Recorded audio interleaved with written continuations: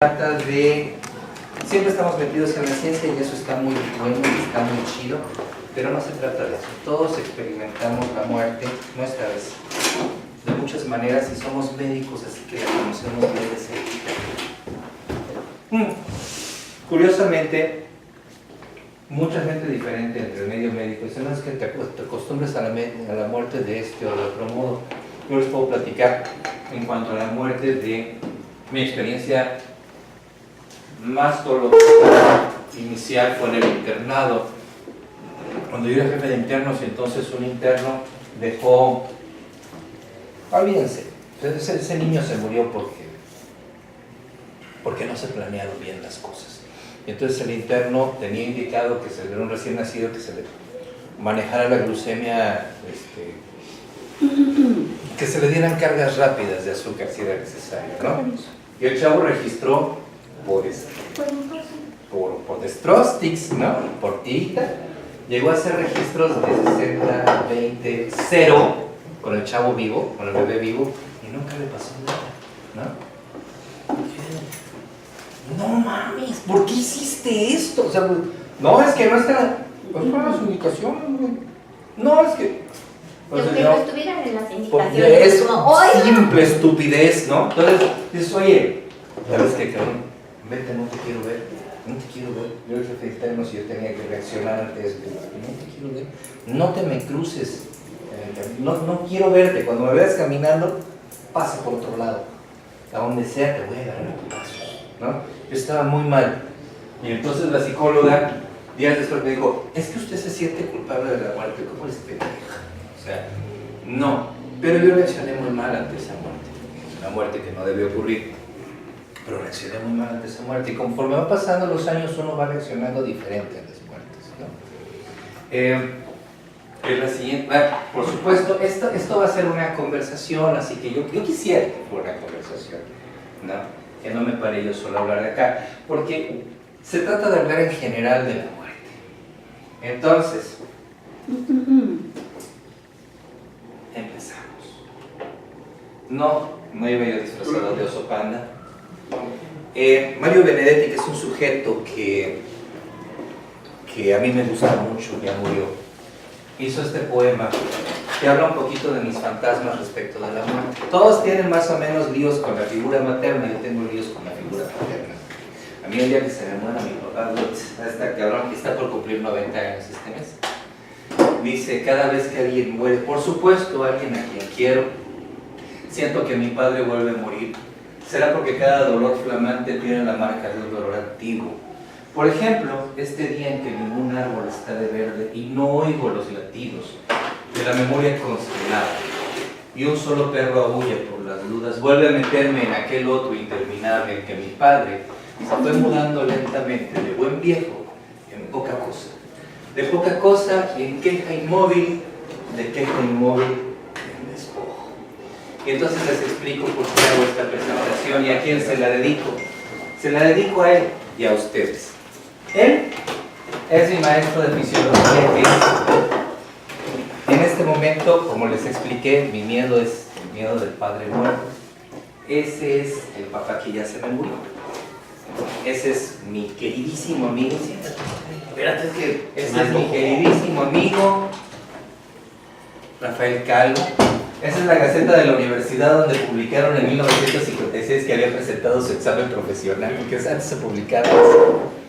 Y es mi muerto en el panteón familiar, mi papá profesional muerto, ¿no?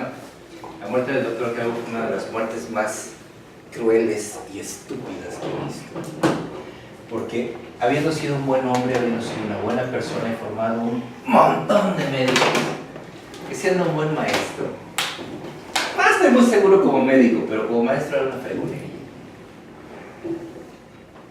Cuando llegó infartado el seguro no le dieron un analgésico. Y no voy a seguir ahondando en esto porque voy a poner a chillar. Pero prácticamente de la muerte es de lo que vamos a hablar, y así que yo se lo dedico. Esto es el desfiladero de Olduvai. En el desfiladero de Olduvai se han encontrado los restos humanos más antiguos. ¿Y qué creen? Que prácticamente así como se encontraron esparcidos algunos, también se encontraron los primeros restos funerarios. Los ritos funerarios en el humano son muy claros.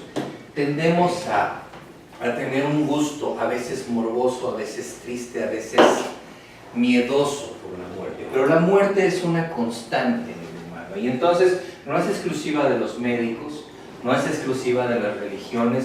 Y ustedes pueden ver que se van formando en la historia, esto es del desfiladero del Dubái, en la historia humana se van formando necrópolis, que son nuestros actuales panteones. Entendemos el significado de la palabra. ¿En qué parte del mundo está esto? Dubái. O el Dubái. El desfiladero del Dubái es el sitio donde están los restos humanos más antiguos, el Dubái, o el Dubái. Y cerca del Dubái se encontraron los primeros restos de guerra. Cuando les digan que la violencia no es normal, ustedes ríanse, la violencia es perfectamente normal, es inherente a nuestra especie. Entonces la guerra está bien demostrada ahí, muy cercano. Y entonces esta onda pues nos muestra cómo desde siempre la muerte ha sido un tema para los humanos, no es una cosa aislada, no es que ya ocurre y ya no. Hacemos preparaciones para la muerte. Y entonces, esta es una de las tumbas más antiguas conocidas ya en cuestiones de civilizaciones organizadas, estructuradas, ¿no? La princesa Puabi, no se sabe exactamente si era una princesa o una sacerdotisa, pero sí se sabe que era muy querida. Fue enterrada con 52 ayudantes envenenados, que no se sabe si se envenenaron ellos mismos o alguien más los ayudó, para servir a la señora del otro lado. Entonces el ritual funerario era así, escandalosamente rico. Esto es muy anterior a las pirámides, a todo, ¿no? Entonces, volvemos al asunto, son funerarios, aquellos jeroglíficos significan señora, ¿no? Nada más. Entonces así como que era la chida, ¿no? Y el hecho de que se le dé ayudantes para la otra vida, pues está pensando en otra vida. Oh. La idea después de una vida física, la idea de una vida después de una vida física es una idea inherente prácticamente a todas las culturas. No es propia de las religiones occidentales, viene desde muy, muy atrás. Prácticamente yo pensaría que es orgánica, porque es una idea que surgió a partir, pero estas son elucubraciones mías, ¿sale? A partir de la necesidad de enterrar a nuestros muertos. En Europa surgen otras cosas. Las pirámides, la pirámide de Giza, lo que la mayoría de las películas, documentales, todo esto no nos dice es que son una necrópolis. O sea, están un montón de otros muertos ahí en esa misma región. Y entonces volvemos a lo mismo. Es el rollo de que nosotros necesitamos tener primero juntitos a nuestros muertos, que no se sientan solitos. Segundo, protegidos. Sí, es neta. O sea, los egipcios precisamente pensaban en que debía ir lo mejor preparado para la siguiente vida, ¿no? Y entonces, que estuvieran juntitos y que además se notara que hay diferencias, ¿no? O sea, están las mastabas, están Hasta las los muertos no pirámides. todos somos iguales. Los perros de raza. Entonces, ese mismo tipo de cosas vemos en tumbas posteriores, griegas, micénicas, etcétera, que cada vez se van haciendo más elaboradas y estructuradas las formas de enterrar a nuestros muertitos. Tanto que en la Judea antigua, pues les ponían piedritas así chiquitas y poco pesadas para que no se salieran, ¿no? Y empieza a haber una tradición de buscar la manera de que el muerto, pues, siga muerto, que no venga para acá, ¿no? Entonces, todas estas cosas que empiezan a pasar, de ir haciendo cada vez más estructurado el ritual funerario, ¿no? Bueno, en México pues, tenemos lo nuestro. Entonces, Mesoamérica, pues, ¿sí saben cuál es la de la izquierda arriba? La tumba de Pacal. Esa mera. La tumba de Pacal. Súper elaborada. ¿Y saben cuál es esta? Esta no es una tumba, ¿sí saben cuál es? La Coatlicue. ¿Alguna vez la han visto en persona? O sea, ustedes en persona ante la piedra. Es el templo mayor. ¿Qué tal es la Coatlicue? Es no, impresionante, supuestamente, ¿no? bueno, el que está en el templo mayor es la Coyolxauhqui. Esta está En el museo. en el Museo de Antropología, pero supuestamente ahí estaba en el Cerrito, donde Ah. después fue suplantada por la señora. Si han visto la cuatlicue así de bulto, es impresionante. Pero prácticamente las cosas que la hacen más impresionante, además de sus dimensiones, son las figuras que tiene. La cuatlicue está llena de calaveras, está llena de cráneos, de serpientes. Entonces es una imagen muy poderosa porque la muerte es poderosa. Los aztecas, haciendo aquellos zompantlis, que son calaveras apiladas, es una foto real. Y esa es la cita que se supone que hizo el soldado que venía con Cortés diciendo: es que había una pila de calaveras ahí. Y los eran de ellos, ¿Eh? eran de ellos también. Entonces, De los soldados también. Entonces está. Ver un zompantli, yo creo que a cualquier enemigo de los aztecas le decía que ahí había que andarse Allá hay muerte. aguado, ¿no? Entonces, bueno, este tipo de cosas. Mictlantecutli, que es esta figura poderosísima de los cielos y de los infiernos, que decía uno de mis maestros de psiquiatría, tuve la suerte de tener un cuate que era una fregonería de tipo. De las pocas cosas buenas que me dio la universidad en la especialidad, el doctor Viesca, Carlos Viesca, era un cirujano con especialidad, con un doctorado en historia, y es un cuate que se dedicó a hacer antropología de la medicina. Y por suerte, la psiquiatría de la UNAM lo tenía así como que adoptado y nos daba clases todo el tiempo. Entonces él nos explicaba que uno de los grandes errores que se hicieron en la antropología mexicana fue definir los cielos, los estratos estos del inframundo, ¿no?, como infiernos. No son infiernos, son diferentes tipos de lugares para los muertos. No son castigos, no son, ¿no? Pero pues el regente merengues ahí era pues Mictlantecutli. Obviamente cuando los españoles llegan y ven estas cosas y ven el Mictlantecutli así, ¿Dónde está? ¿qué hago, no? Se ponen en guardia. Esto es un lugar muy místico, muy chiquito. ¿Han oído hablar de Laguna Verde? ¿Sí? La nucleoeléctrica. Está pegadito a la nucleoeléctrica. Entonces, son las casitas que están en el Farallón. Estas casitas son igual, son cosas funerarias. Y el padre, por eso quise ponerlos juntos, el padre para mí de la mexicanidad, del mestizaje, pues es este cuate, aquí también tenemos enterrado en México. Y como ha sido muy criticado y todo el rollo y odiado, hubo que proteger su cadáver. Y finalmente pues está enterrado en la pared de una iglesia, ¿no? Y todo este asunto es que seguimos rindiendo un culto muy importante a la muerte. Tanto así, pues que tenemos quien se manda a hacer sus tumbas con habitaciones, cocina, clima, sala de fiestas. Dicen, yo no sé si es cierto, que esta es la tumba que se mandó a hacer el Chapo. Pues el Taj Mahal, Ahí lo tienes. Te gané por un segundo. Entonces, no son cosas nuevas. Siempre se han hecho estos ritos funerarios. creo que le gané. Y el Taj Mahal es muy artístico, es muy bello. No todo el arte es bello, este sí. Pero en el arte se ha representado la muerte de muchas maneras. Entonces, tienen a Peter Bruegel el viejo haciendo este cuadro que se llama El triunfo de la muerte. Pero las cosas evolucionan. Y entonces, por ejemplo, a Klimt, ¿no?, dibujando la muerte observa la vida.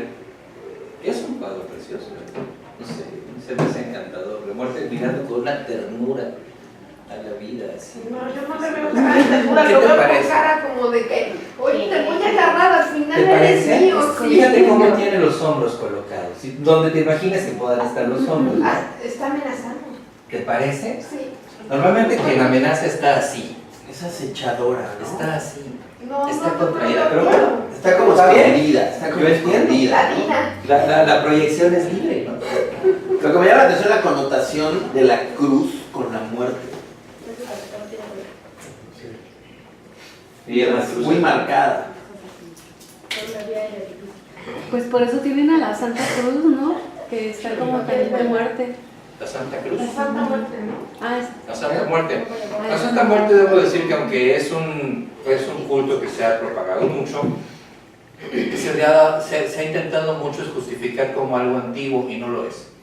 No hay una evidencia clara de que como tal se le haya adorado antes. A la muerte se le ha respetado y dado, ya les estoy mostrando todo el asunto de los funerarios, pero no parece que específicamente a la muerte considerada como una santa. A mí a ese respecto me llama mucho la atención la personificación y la beatificación de la muerte cuando es un hecho, ¿no? No hay el santo nacimiento. O sea, es morir. La muerte tiene una persona. Sí, por eso, la personificación de la muerte. No hemos personificado al nacer en un momento dado. Pues es que sí lo hemos personificado al nacer, pero bueno, dejémoslo así tantito y piénsate tantito que la muerte es algo que está ocurriendo todo el tiempo en México de una manera activa, no solo de una manera pasiva como en otros países. Tenemos el país más mortalidad, de mayor mortalidad por violencia sin guerra.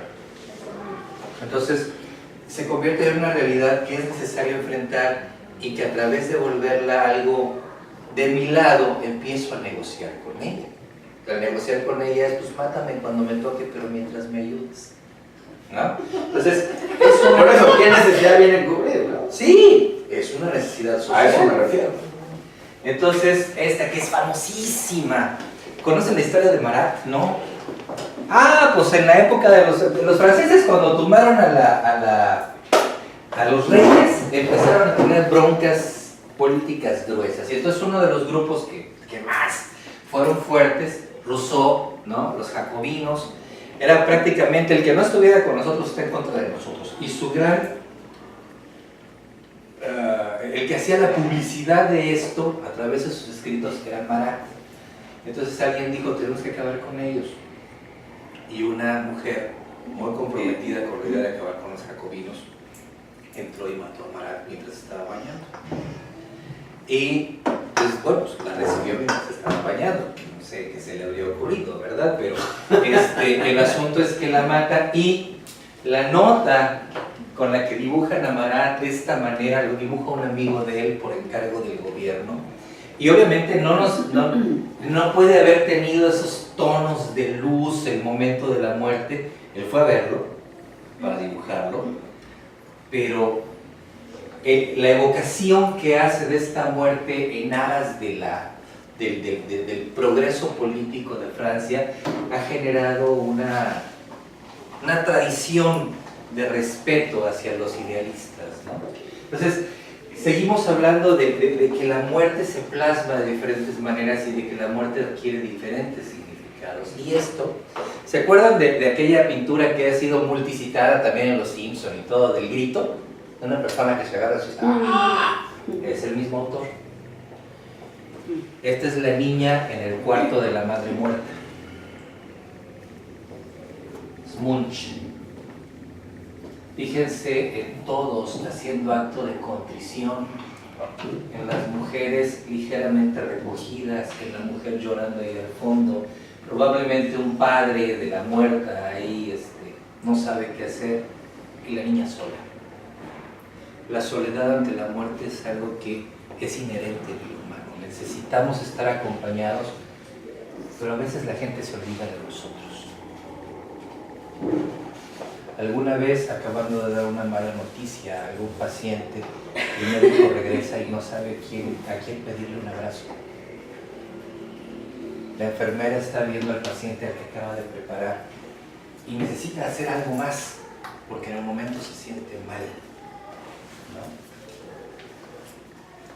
Hablando de pintura, está Richard Dahl, que es un sujeto muy interesante del siglo XIX. A los que les guste la pintura, o si a alguno de ustedes les gusta pintar, esto tiene más o menos este tamaño y es una acuarela.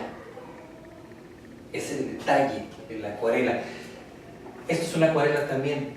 Quien entiende de pintura, que cualquiera de ustedes que ha intentado pintar, es extremadamente difícil hacer eso con una acuarela. Eso parece una pintura de óleo. Bueno, el tipo era un genio. Aquel es su autorretrato de chavo. Y pues Richard Dahl mató a su padre. Richard Dart tenía una enfermedad psicótica en la que de repente se descontroló. Después de un viaje, les voy a regresar un ratito. Él, teniendo más o menos 21 años, viaja con este cuate era un noble inglés, y se lo lleva, él era de Inglaterra, y se lo lleva de viaje al Medio Oriente. Entonces le hace un montón de dibujos, de ¿no? Así, padrísimos, pero empieza a enloquecerse. Entonces está tan raro que mejor lo regresan, el padre lo recibe, él se llevaba muy bien con su papá, pero entonces de repente comienza el papá a salir a caminar en sus propios terrenos, de billete, y en un momento, el padre es más viejo que él, obviamente, pues, entonces en un momento en el que ya están muy apartados, lo ataca, le clava una estaca en el cuello, le rasga el tórax. Es una cosa muy terrible, con una hacha pequeña. Entonces lo asesina. Entonces, pero asesinó a su padre queriendo a su padre. Y dice él, muchos años después, que cuenta un psiquiatra en el sanatorio de Bethlehem, ¿no? Le cuenta que cuando asesinó a su padre, primero se sentía culpable, que él asesinó a su padre y que le dijo, dile a Osiris, porque él empezó a generar esta idea delirante desde que fue árabe, desde que fue Egipto, ¿no? Dile a Osiris que ya está liberado, que tú vas a, que su trabajo está cumplido y que tú vas a ir a liberarlo, ¿no?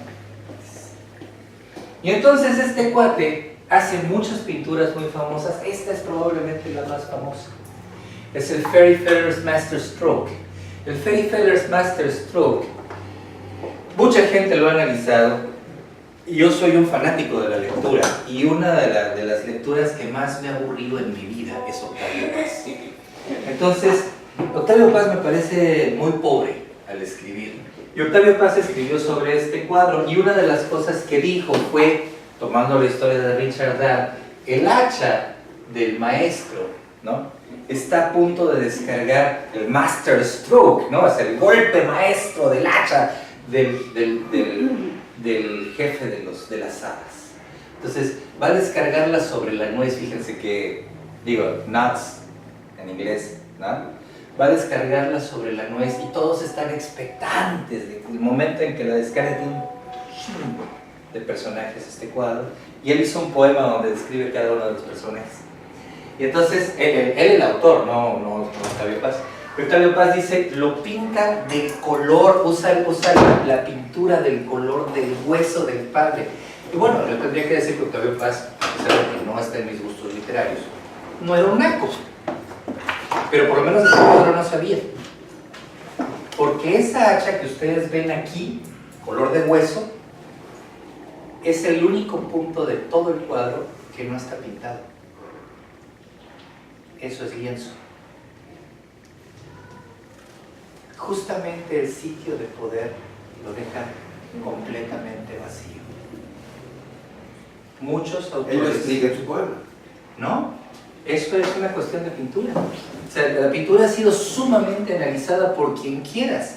Y todos dicen es lo mismo. O sea, ese punto está ausente de pintura. Ese color es el color del lienzo. Entonces, mucha gente ha dicho que esto tuvo algo que ver con su necesidad propia de Richard Dart de justificarse a sí mismo y reconciliarse con la idea del homicida.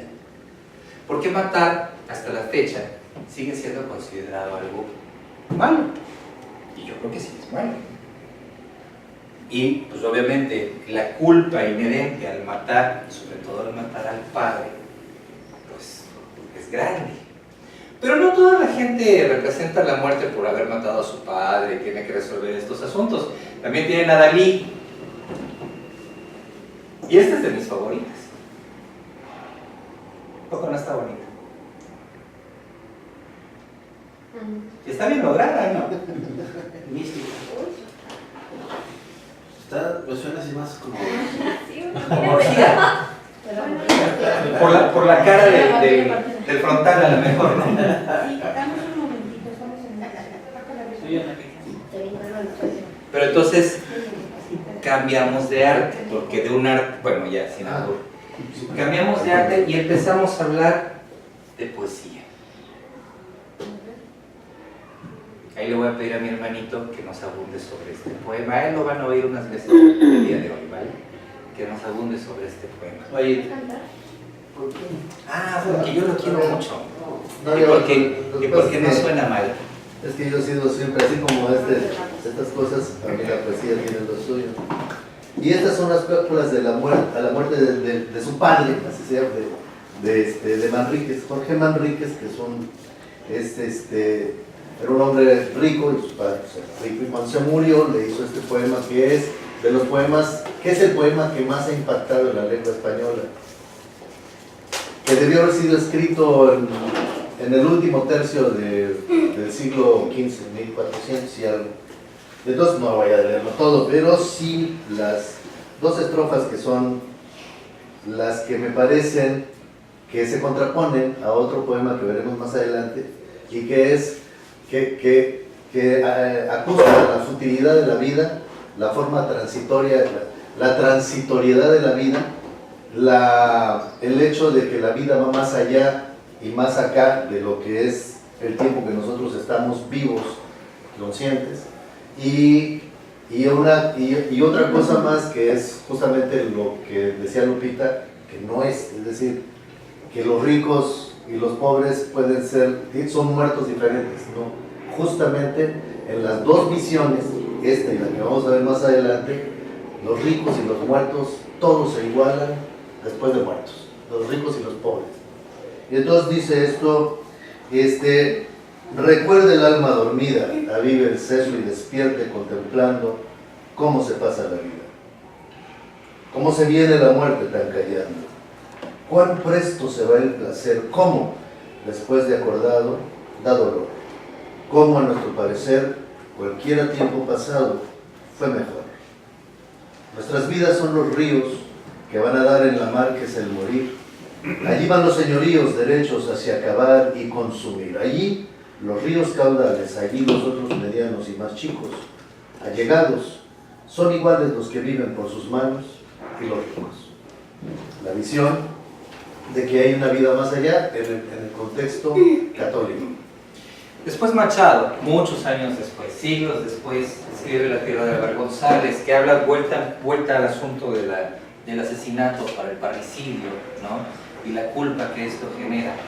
Pero en general, al que se queda, le queda la culpa, aunque no haya matado.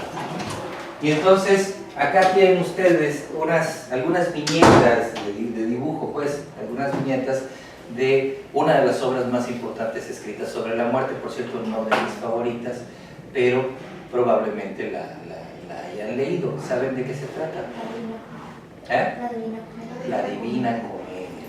Y la Divina Comedia fue particularmente criticada porque decían es que a Dante le dieron billete, ¿no? Y a los que no le dieron billete se los fregó, porque era una crítica a la sociedad existente en la época. Pero una figura muy interesante en la Divina Comedia, de las que a mí más me llama la atención, es el barquero. El río se llama Estigia.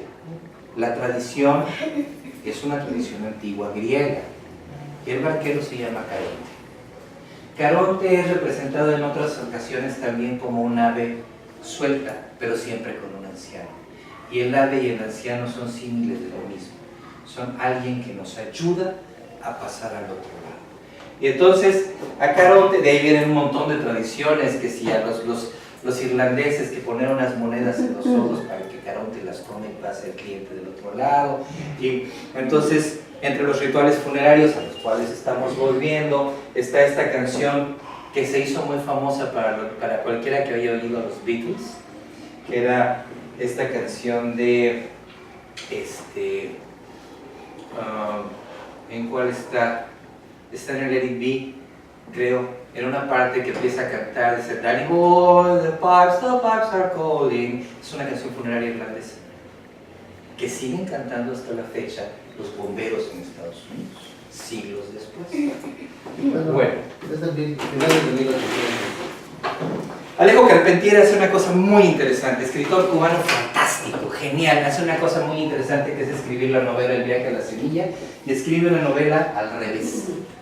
Y empieza con el cierre de la casa, continúa con la apertura de las ventanas y las puertas y cómo los cirios, en lugar de ir disminuyendo de tamaño, van creciendo hasta que se apagan. Y cuenta la historia desde hacia la semilla, desde el final hacia la semilla, y es una forma muy interesante de ver a la muerte.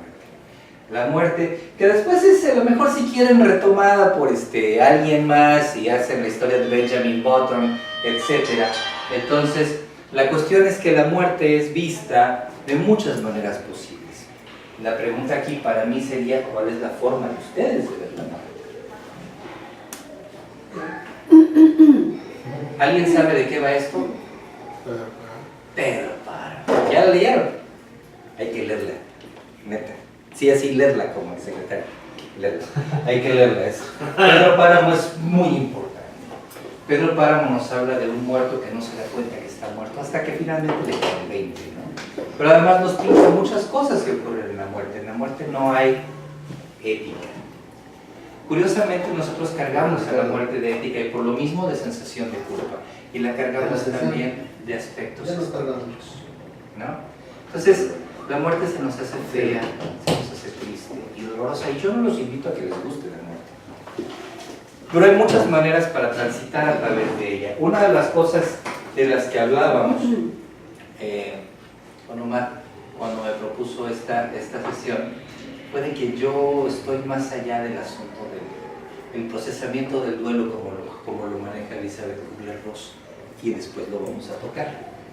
Este es un fragmento de un tango. Para mí es muy difícil despegar la poesía musical de la literatura. Yo no encuentro la forma de despegarlas y estoy bien con eso.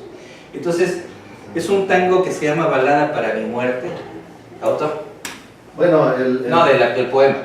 Es Horacio Ferrer. Horacio Ferrer de Uruguay, Y entonces, y la música es de Piazzolla. Y entonces dice: moriré en Buenos Aires, será de madrugada, guardaré mansamente las cosas de vivir. Mi pequeña poesía de dioses y de balas, mi tabaco, mi tango, mi puñado de spleen. Me pondré por los hombros de abrigo todo el alba. Mi penúltimo whisky quedará sin beber. Fíjense cómo el penúltimo, ni siquiera es el último. No alcancé a vivir todo, ¿no? Mi penúltimo whisky quedará sin beber, llegará tangamente.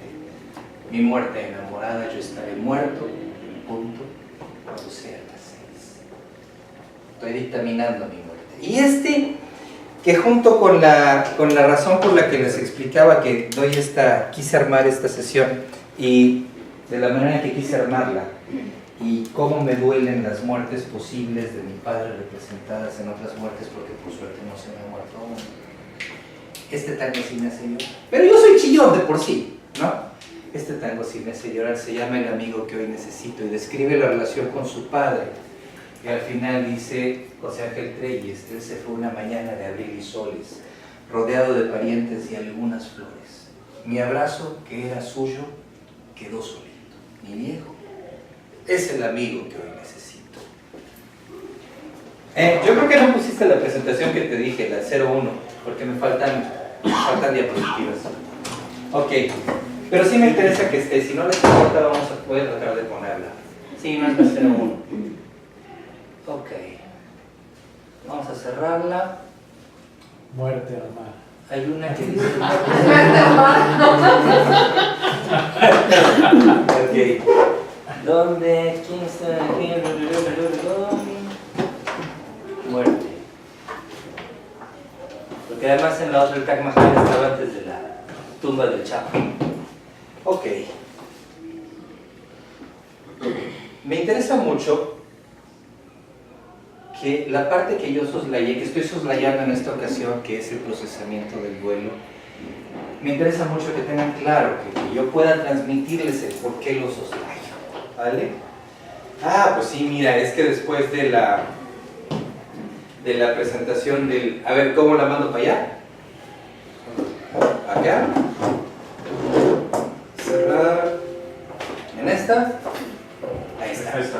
Después de esta venía esta diapositiva. Cualquiera que haya oído, y hay muy poca gente que no los haya oído, a los Beatles, que bueno, tienen un impacto muy importante para mi generación, aunque ya no fueron de mi generación, estará familiarizado con sus imágenes y sus figuras. The whole thing, I chose one of John Lennon's. Acababa de morir John Lennon. I was hoping to Google some. It's very moving to me. Anyway, so I just had to sum the whole thing up by playing the song "I'm a Beautiful Boy." Es una entrevista que le hacen después de la muerte de Lennon.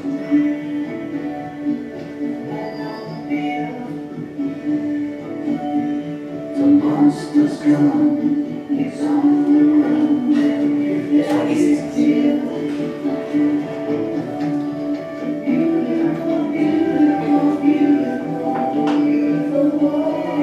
¿Qué le está pasando a McCartney? ¿Qué cara tiene? Como que está evitando, ¿no? Está llorando. Tuviste antes la cara, mira cómo tiene los pómulos ya. Los cachetes se caen, los pómulos debajo de los pómulos se hunden. Y pasa algo muy, muy significativo. Se abraza. Los humanos necesitamos el abrazo. Así como Sí. Entonces, bueno, esta era la... Ahí tendría que haber estado después de ver a mi maestro. Ahora que vamos a entrar con el asunto del duelo, muy brevemente, ni crean que va a ser muy largo, ni terrible. Ok. Entonces, es lo que le pasa al personal sanitario. El personal sanitario sufre una cosa que se llama trauma vicario. Han oído hablar de esta palabra de vicario, ¿no? Bueno, ¿en dónde les suena? ¿De qué tema? pues de la iglesia, ¿no? De la religión, ¿verdad? El cura es el vicario de Cristo. El cura sí, y originalmente Pedro es el vicario de Cristo. Es que significa, es que vicario significa en lugar de, ¿no? Entonces yo, hay un cuate que quiere casarse con una chava, pero yo me caso con ella a su nombre. Eso es un término vicario, y de hecho existe la función. Bueno, el médico experimenta las emociones de sus pacientes, las enfermeras no. Siempre. ¿Cómo no? ¿Verdad que Claro. sí? Y la afanadora. También. Prácticamente todo el humano que entra en contacto con otro humano va a experimentar las emociones de sus pacientes, pero tenemos muchos sistemas diseñados para eliminar esas emociones, pero no para el personal sanitario, para el paciente. Entonces, ¿qué rechingados hacemos nosotros con nuestras emociones? ¿Dónde las ponemos? ¿Cómo lo resuelven ustedes? ¿Quién es el valiente que me diga, a ver, yo lo que hago es esto? Uno de mis maestros de neurociencia del hospital, un neurocirujano bastante famoso, bastante experto, el cuate llegó al nivel en que él salía del hospital, se iba a su casa y empezaba a tomar. Caía inconsciente, porque era soltero, la señora que le hacía la limpieza lo levantaba y le llevaba a la cama. El otro día el cuate se despertaba, se levantaba, se bañaba, desayunaba y se iba a trabajo. Todos los días. Pues yo lo que puedo decir en mí es que hay muertos que no supero, o sea, yo hay muertos que los vengo cargando toda la vida. El doctor Calvo, que tú presentaste inicialmente, pues es un muerto que vengo cargando desde siempre. Y no lo, o sea, aprende uno a vivir con eso. No hay consuelo. ¿Alguien más? Gracias a Dios, para mí no es muy frecuente, pero son situaciones que no sabes qué hacer. O sea, yo no tengo un plan de cómo lo voy a abordar, ni a la hora pienso qué hacer. Sucede, es un golpe fatal, entonces es un golpe muy duro. Quizá en lo particular por ser niños, y luego me ha tocado pacientes que vi nacer, vi crecer y se mueren en mis brazos, ¿no? A una temprana edad. Entonces es un golpe nunca he tenido un plan de cómo abordarlo, cómo resolverlo, cómo canalizarlo. Y ahí está el dolor. Pues sobre todo el tema de que uno enfrenta a un hijo, a una viuda, a un viudo, pero eso de enfrentar a un padre que se le está muriendo un hijo, que es algo que no debe ocurrir nunca jamás, Es antinatural. es una cosa horrible. No hay como, es cierto, ¿no? O sea, no hay como un plan o algo que se pueda hacer. O sea, yo la primera vez que le pedí un tiempo a la multi fue cuando me pasaron una terapia intensiva y se me murió un señor que yo lo vi desde la consulta externa, lo pasé al quirófano, lo tuve en piso y se me murió en la terapia. Entonces yo le pedí un tiempo porque yo no sabía qué hacer y yo pensaba que podría haber sido mi familia. Le decía, bueno, porque pasaron muchas cosas, a lo mejor sí, muchas negligencias. Y fue algo por lo que tuve que pedir un tiempo. Después, todos me decían, no llores, tienes que llorar. Pero no es cierto, o sea, también es parte de, no soy de piedra, ¿no? O sea, también siento y también el hecho de estar conviviendo todos los días se convierte en una parte, pues, importante para mí, mi paz, ¿no? Entonces, tomo mis antidepresivos, pero eso no quita que sienta yo, ¿no? La muerte. Fíjate, bola de pendejos, güey, estábamos juntos.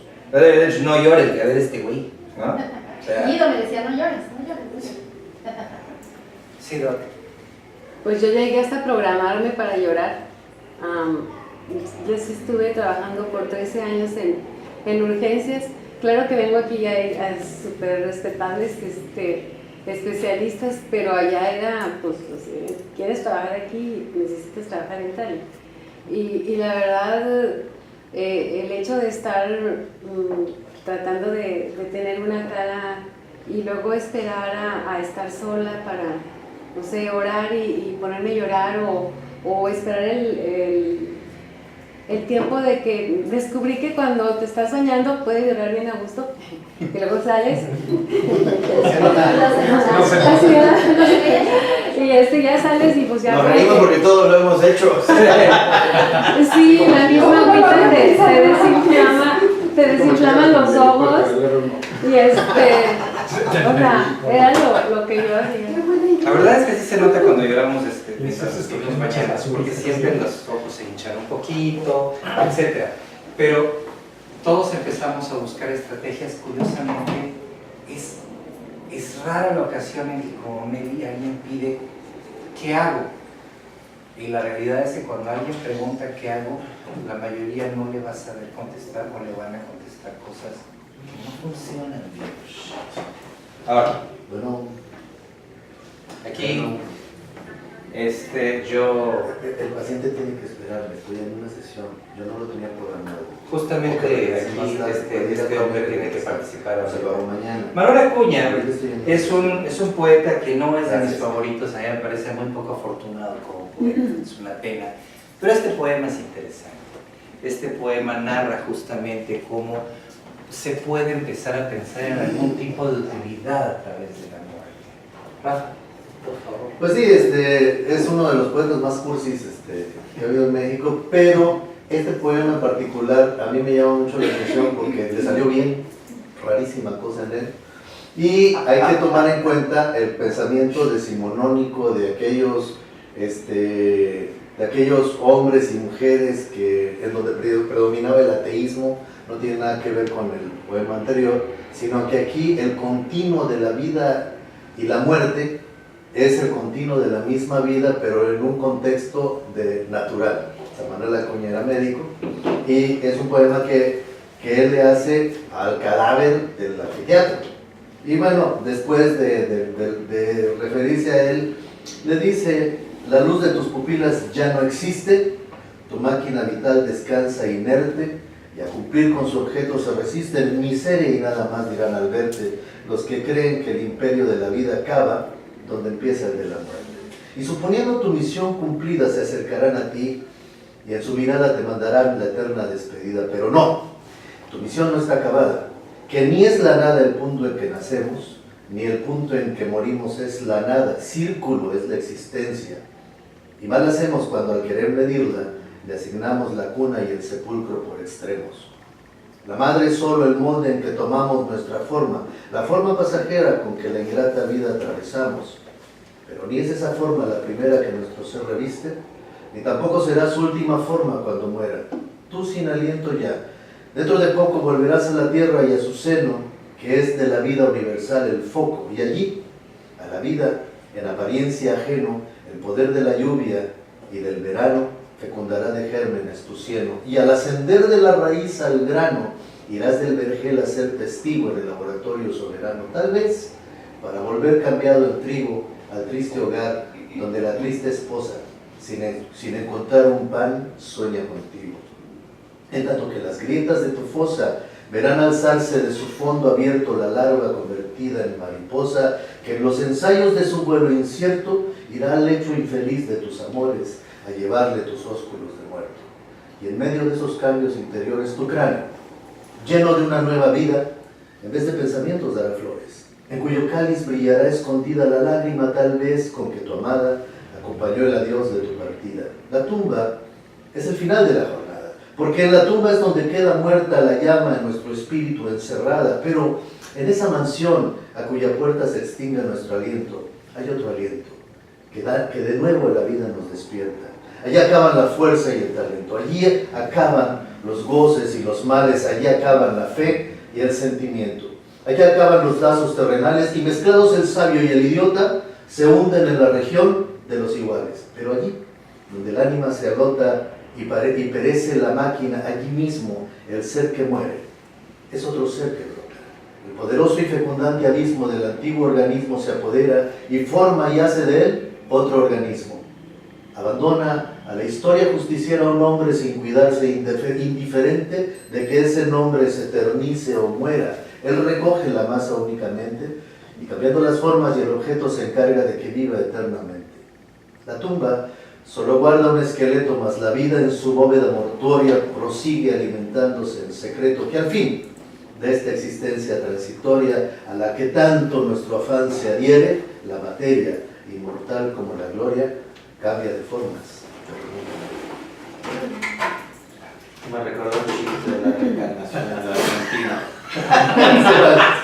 Un poquito diferente. No sé por qué no me sorprende. Aquí anda uno desgarrándose la pierna porque no sabe Carlos García. Elizabeth Kubler-Ross fue una mujer genial. Pero tenemos que entender que Kubler-Ross hizo las cosas que propuso a través de su propia visión, muy influida por las ideas positivistas en Estados Unidos. ¿Vale? Entonces se puso a describir, no, pues cuando hay un duelo, cuando hay una pérdida, no pasamos en Nacional de Residencias, se nos murió el perrito, ¿no? Entonces viene una negación, viene enojo, viene una especie de deseo de negociar con el rollo, un estado depresivo y aceptación. Y entonces le da a la aceptación un valor muy positivo. Recientemente, varios estudios oncológicos demostraron que la sobrevida y calidad de vida en los pacientes sometidos a mismos tratamientos, quimioterapia, no se negaron al tratamiento, pacientes en los que fueron atendidos por psicólogos y psiquiatras tratando de lograr aceptación en el paciente, los que no fueron atendidos y tenían negación, tienen una mayor sobrevida con mejor calidad. O sea que no aceptaba la idea de su propia muerte. Así es. Entonces, pues si eso es así, digamos, tratar de hacer esto de entrada, ya decimos, está mal, güey, está haciendo algo que los perjudica, ¿no? Pero hay otra cosa que Elizabeth Kubler-Ross en este sentido, porque eso es reciente, no de cuando estaba Kubler-Ross, ¿no? Hay otra cosa que Elizabeth Kubler-Ross no identificaba respecto de nosotros, mexicanos. La negociación es fantástica para el mexicano. La negociación como etapa de duelo, por cierto, que no es en ese orden, el orden es discontinuo, y se repiten fases en el duelo, regreso a la tristeza, regreso al enojo, brinco como chapulín. Bueno, y entonces la negociación es altamente funcional para el mexicano. Se nos muere lamentablemente un pequeño en la familia, entonces se convierte en el angelito de la familia. Se nos muere la abuelita, Y entonces es mi intercesora con la Virgen de Guadalupe. No perdí tanto. Gané algo. Es una negociación, pero algo muy importante y que viene a colación con el asunto de los médicos es esto. La conversación, el hablar, el decir, a mí me pasó esto. No, sabes que a mí también, no es que a mí me pasó, yo hice esto, yo hice aquello. Esto es lo que realmente se necesitaría en el procesamiento del trauma brincante. Podemos hacerlo cuando quieran. No, me iba yo disfrazado de panda y ese es mi altar. ¿Seguro? Seguro. Y ese es mi altar, el que está volviendo a poner ayer en casa. Y ahí está el Doc. Esta es una foto de hace 2 años. Y cada año salen las mismas, por suerte no son nuevas fotos, ¿verdad? Son las mismas que siguen saliendo año con año. Yo soy ateo, mi mujer no. Mi hijo está en la duda de qué pedo. Y mi niña la mayor parte del tiempo es atea, pero de repente dice, no, pero es que yo sí quiero creer en Dios. Perfecto, pues cree en Dios, no creo, ¿no? Entonces, no es enseñanza religiosa. Sí, sí, Es una enseñanza. Sí, sí, claro. Sí, sí, claro. Es una enseñanza cultural. Pensé que era la única familia así. Pensé que era la única familia así. Pensé que era la única familia así. Nada. Chorros. Entonces, bueno, mi abuelita, mi otra abuelita, ahí se las presento, tenía unos bigotes envidiables. Y es que todo esto va de mano con la religión. En mi opinión, las religiones son promovidas originalmente, se originan pues en el asunto de la muerte. Necesitamos resolver la muerte. Y esta es la proyección de crecimiento de las religiones para 2050. O sea, los musulmanes se supone que van a haber bastantes. Bastantes más que ahora, por lo menos. Ya les encargará de hacer una cruzada. Ya empezó Trump, ¿no? Y esto es una línea de tiempo para explicar por qué pienso esto. Pintura de las grutas de las Cox, ¿no? O las Co, no sé cómo se diga. Y entonces, no están pintando al sol, porque dicen, no, es que el sol es la divinidad original. No están pintando al sol los primitivos, están pintando una escena violenta donde un animal con cuernos se chingó un cazador. Punto. Y divinizan mucho a los animales. Bueno, no los divinizan, pero los representan mucho a los animales y a las escenas de cacería. Y entonces da origen a los chamanes, que realmente el chamán es nuestro antecedente del médico, ¿no? Y esto es un chamán nuevo, nada más que conservando ciertas cuestiones rituales. Esta figura se llama lar. ¿Han oído hablar aquello de por aquellos lares, ¿no? La palabra viene de lar. Lar es un dios familiar. Los romanos, la gente que se moría se convertía en sus dioses. Cuando fueron mucha familia, entonces tuvieron que tener un panteón. La palabra panteón significa todos los dioses. Así eso significa. Entonces tuvieron que tener un panteón general donde estaban los dioses importantes, comunes a todos, y un panteón familiar. Las figurillas representaban a nuestros familiares muertos. Es la tía Zenaida, ¿no? Entonces la tía Zenaida, bueno, para nosotros son otras tías. Entonces la tía Chata. Entonces hacíamos una figurita, es como si hiciéramos una figurilla de la tía Chata y la ponemos al paso en la puerta. Entonces, tras poner el lar, ¿no? Esos eran los lares. Entonces, los dioses familiares son el origen real del monoteísmo, en mi opinión, pero todavía eran varios dioses. Probablemente la religión más abundante en dioses del politeísmo son las religiones, perdón, no la religión, sean las religiones provenientes del hinduismo. Un montón de dioses para todo. Pero entonces llega un cuate que hace la iglesia de Santa Sofía, más bien se apropia la iglesia de Santa Sofía, ¿no? Y empieza a hablar de un Cristo todopoderoso. Este justamente es el mosaico del Cristo pantocrator, o sea, el Cristo que gobierna todo. Y es donde caemos de lleno en el monoteísmo. Y el monoteísmo, de entrada, el Papa Inocente III, que muere repentinamente antes de decir que varias de estas cosas, era un legista, que varias de estas cosas que aceptan el monoteísmo eran pues medio jaladas, ¿no? Entonces muere. Poco después llega Paulo y acepta que lo que Inocencio iba a decir sí era cierto, o sea, más bien Inocencio estaba loco, yo tengo la razón, y aceptan la transubstanciación. ¿No les suena, verdad? Es bien desconocido para la mayoría. ¿Han ido a la iglesia? Es lo que pasa supuestamente desde el momento de la consagración del pan. Eso. ¿Han ido a la iglesia? ¿Han visto la hostia y el vino? La comunión. Bueno, para la iglesia no es simbólico que están comiendo la carne y la sangre de Cristo. Es real que están comiendo el músculo y la sangre de Cristo. Pero entonces, ¿por qué no sabe a carne y a sangre? Ah, pues porque Cristo sabía a harina y vino. No, en serio. Eso es lo que argumenta el asunto de la transubstanciación. Pero dicen que por la palabra de Cristo que dijo, esta es mi carne y sangre, tiene que ser literal. Por eso se consagra a Cristo.